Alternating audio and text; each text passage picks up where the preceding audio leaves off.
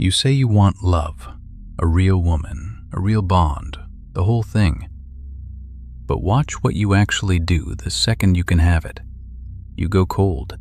She gets close, really close, and something in you shuts the door. You start finding her flaws. You start wanting out. Or you skip all that and never even pick the warm one. You go for the ones who are already half gone, the ache that never fills. And then you explain it away. No spark, bad timing. She wasn't the one. I'm just not a relationship guy. Here's what you don't want to hear. It's not her. It's not the timing. It's the same move every time, on a different woman each time. And you installed it before you could talk, with the first woman in your life. The way you love got wired by the way you were first loved. So stay with me. By the end of this, you'll know exactly why you go cold when love gets real, and the one move that rewires it. Let's get into it. Let me describe it. You tell me if you've lived it. It's going well. Too well. She texts something warm. Not meaty, just warm. And you feel it before you can stop it. A small flinch. The eagerness that pulled you in last week is suddenly too much.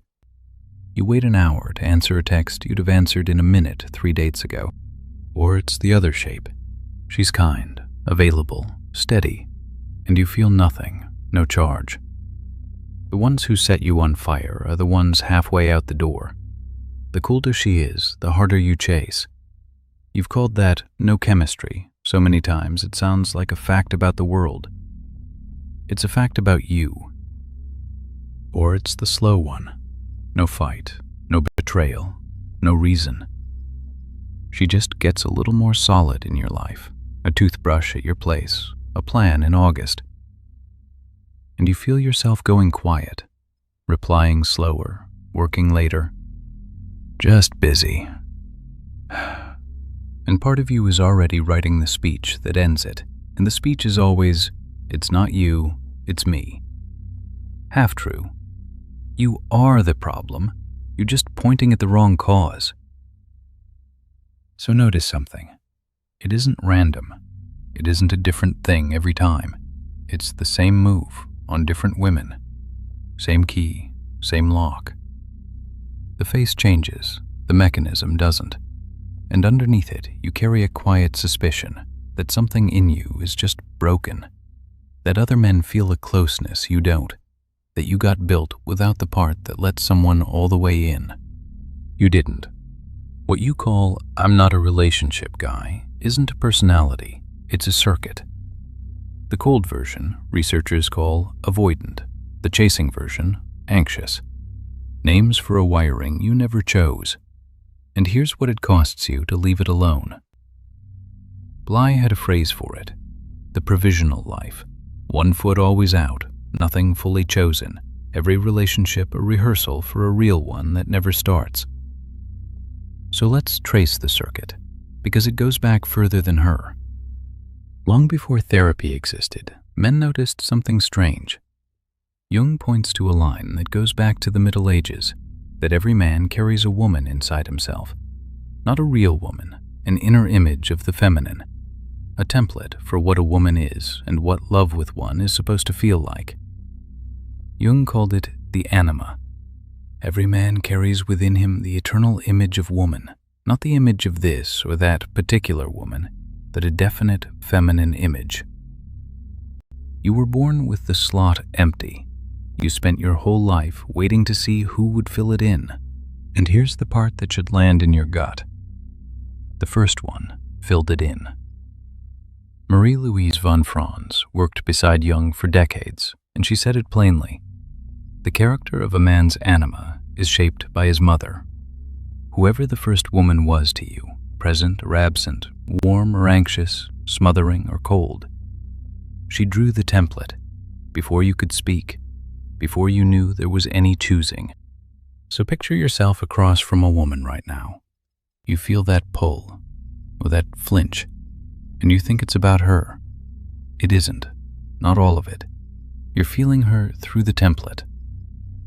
The first woman is in the room, and you can't see her. The safety she gave you, or the suffocation, or the hunger that never got fed, it shows up now, aimed at someone who just met you.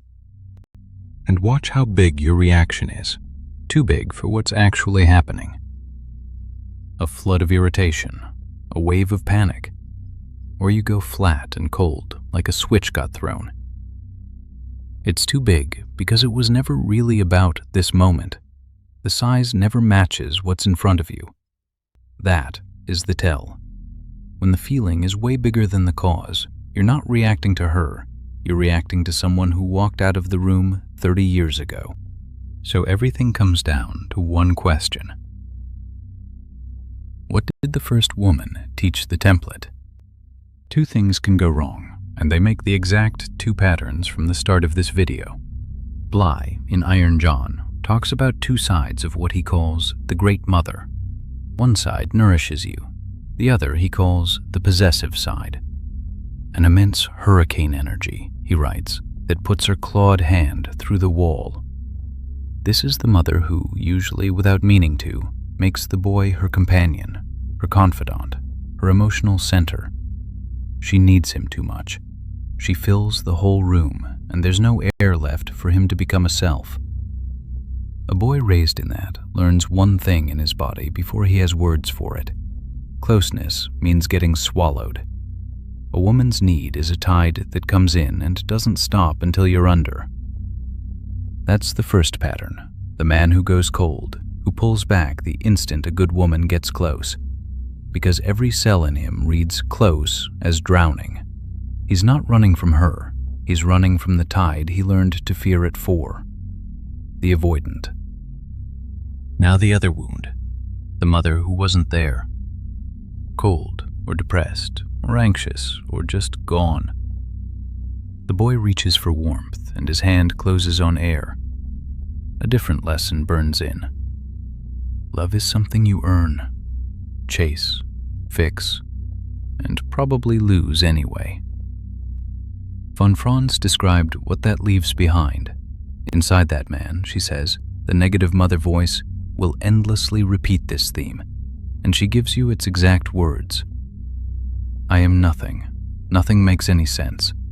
With others it's different, but for me, I enjoy nothing. That flatness, the feeling that other men get something you don't, that's the second pattern, the man who chases the unavailable, who mistakes anxiety for chemistry. Because the unavailable woman feels like home. She brings back the exact ache he's been trying to close since he was small. The anxious one. Two wounds, two patterns, one root. The first woman set the dial, and you've been living at her setting ever since. So why can't a grown man just reach over and change it? Because part of you, psychologically, is still a boy, and the moment love gets real, he steps forward and grabs the controls. Bly saw it everywhere. Gentle, thoughtful, kind men. What he called the soft male. Good people who learned to be receptive, but, in his words, in every relationship something fierce is needed once in a while. And, at the point when it was needed, often the young man came up short. He could nurture, he couldn't stand his ground. He could be sweet, he couldn't hold steady inside the heat of a real bond. You see it clearest in the charmer, wonderful for 3 months, gone by the 6th. Magnetic at the start, listens like nobody ever has, makes her feel chosen. And then, right where chosen has to turn into staying, the lights go down.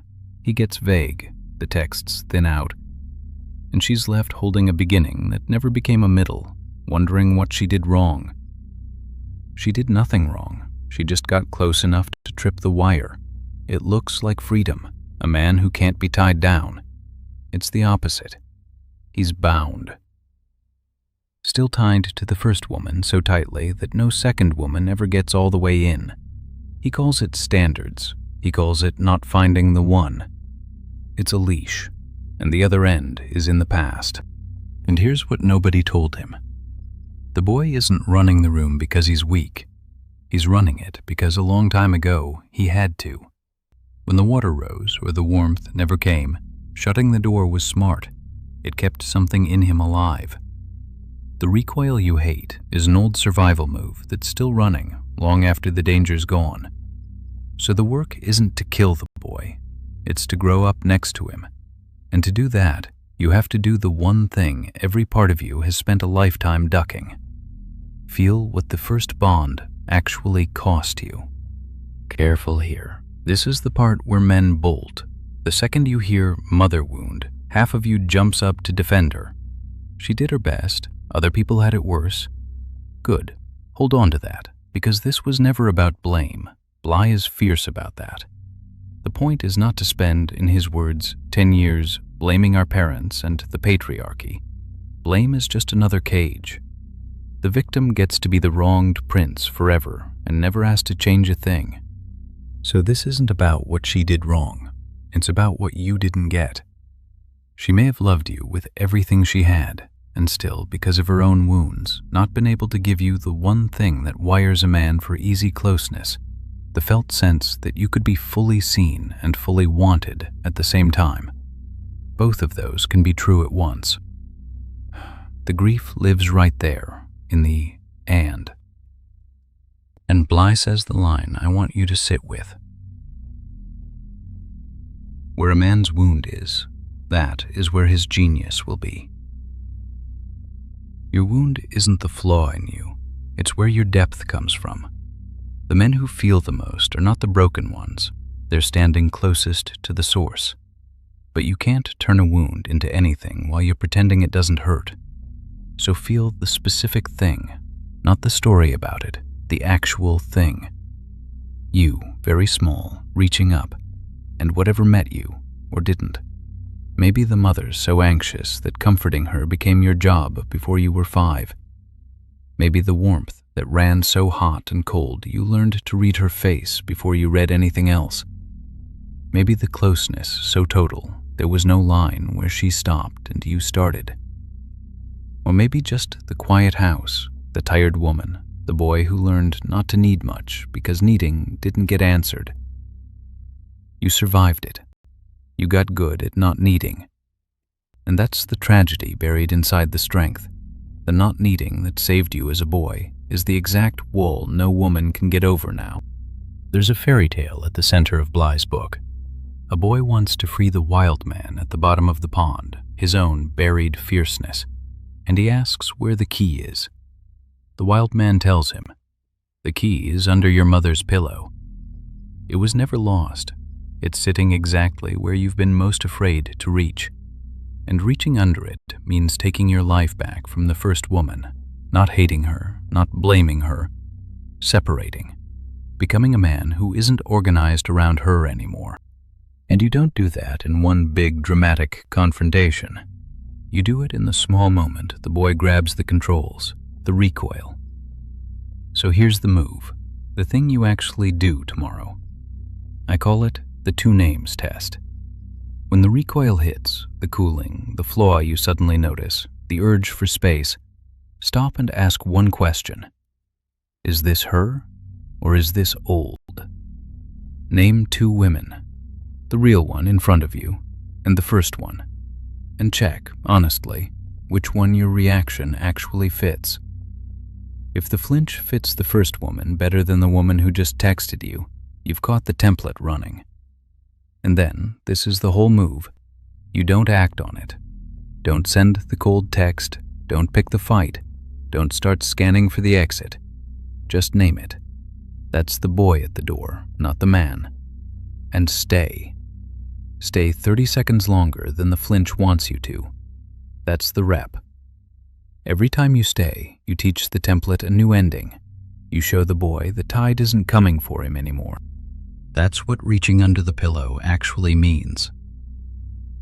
Not once, 100 small times, until one day the recoil comes and you just stay and it passes, and you don't even have to fight it.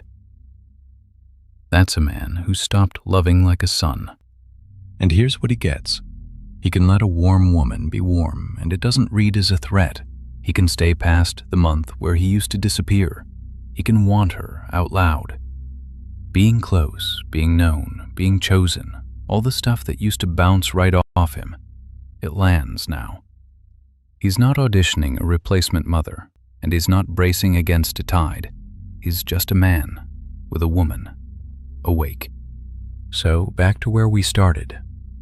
Why does a man who genuinely wants love go cold the second he can have it? Because the first woman drew a template he never agreed to, and a frightened boy has guarded the door ever since, certain that closeness means getting swallowed or getting left. And how does he rewire it? He stops blaming her, and he stops defending her. He feels the grief of what he didn't get. He reaches under the pillow and takes his life back. And in the one moment the boy grabs the controls, he names the two women, and he stays. She's asleep next to you. And tonight, when the tide starts pulling back inside your chest, you'll know its name, and you'll stay. If you felt that pull while you watched, that's not a problem to fix tonight. It's a thread worth pulling. The free 7-day starter walks you into this work, one honest step at a time. First link below. The Shadow Work Workbook goes all the way down, right under it. Then do one thing for me. In the comments, name your pattern in 3 words. I go cold, or I chase the ache. No story, no explanation, just the truth, said out loud, where another man can see it and know he's not the only one. Next time, the mask you built to be loved in the first place. The persona, the self you constructed to get accepted, and why the armor that once protected you is now the thing keeping everyone out. I'll see you there.